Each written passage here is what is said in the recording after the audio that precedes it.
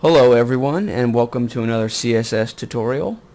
In a previous lesson we learned how to create this layout, this two-column layout, and I promised that in the future I would show you how to spice up the navigation. So that's what we're doing in today's tutorial. Let's take a look at the code we used to create the navigation. It's nothing more than an unordered list with list items inside and with hyperlinks inside the list items. The CSS we used to create it consists of removing the margin and padding from the unordered list, giving it a background color of yellow, and then the list items are simply floated left. We removed the bullets and we gave them padding right. This is what it looks like. So I think our first bit of business should be to remove the padding from the list items and add the padding to the links themselves.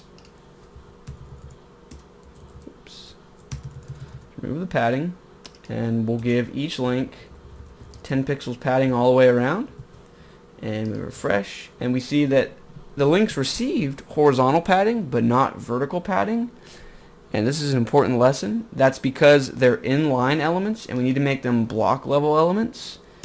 So we add a new line of code targeting our links, and it's display block.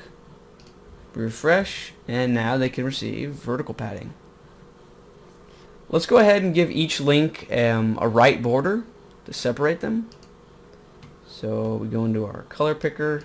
This is just HTML colorcodes.info. If you don't have Photoshop, it's a good way to choose hexadecimal colors.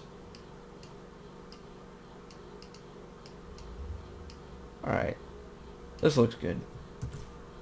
Copy that color, border right 1 pixel, solid, and then #, and we paste in our color code, and we refresh our page, and now each one has a border.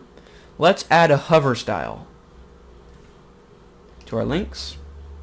We create a new CSS rule, nav, list item, a, and then our pseudo selector, instead of link or visited, is going to be hover, and then whatever we put inside these brackets will control the way the links look when you hover over them.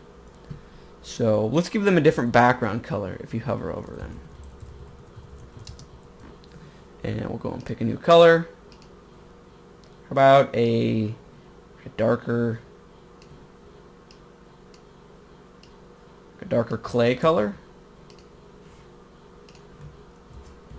And also the color should change to yellow when we hover.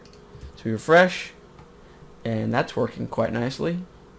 And I think this is a good place to stop for today's lesson. Granted, the yellow navigation still looks hideous, but now you have the tools. You know how to create the navigation, you know how to pick different colors, and so it's up to you to create a navigation that is not a hideous yellow. Thank you very much for watching. Hope you feel like you learned something, and stay tuned for more CSS tutorials.